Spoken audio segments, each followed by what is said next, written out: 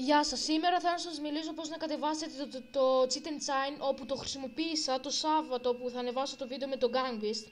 Το Gang Beast το έχω τραβήξει, έτσι κι αλλιώς, αλλά θα το ανεβάσω το Σάββατο.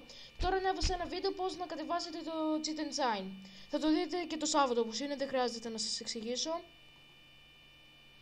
Λοιπόν, πρώτα πατάτε Cheat and Sign 6,4 download. Πατάτε το πρώτο. Και πατάτε μετά αυτό εδώ πέρα με τα μπλε γράμματα. Άντε βρε. Να σας είπα το laptop. Fuck, διάφορες κατεβαίνει.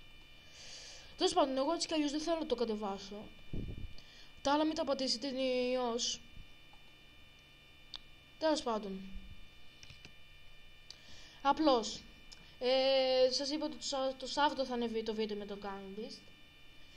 Και μπορεί να ανεβάζω καθημερινά τέτοια βίντεο, πώς να κατεβάζετε διάφορα προγράμματα με hack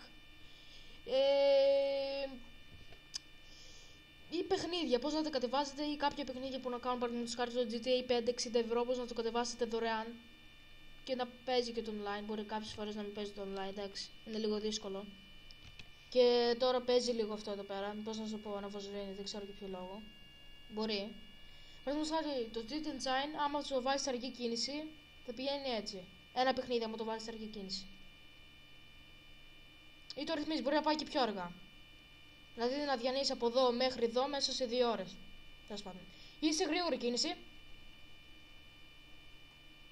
Ναι, αυτό θα το ζητήσω μετά, θα κάνω λίγο ώρα. Τέλος πάντων. Αυτό ήθελα να σας μιλήσω για σήμερα.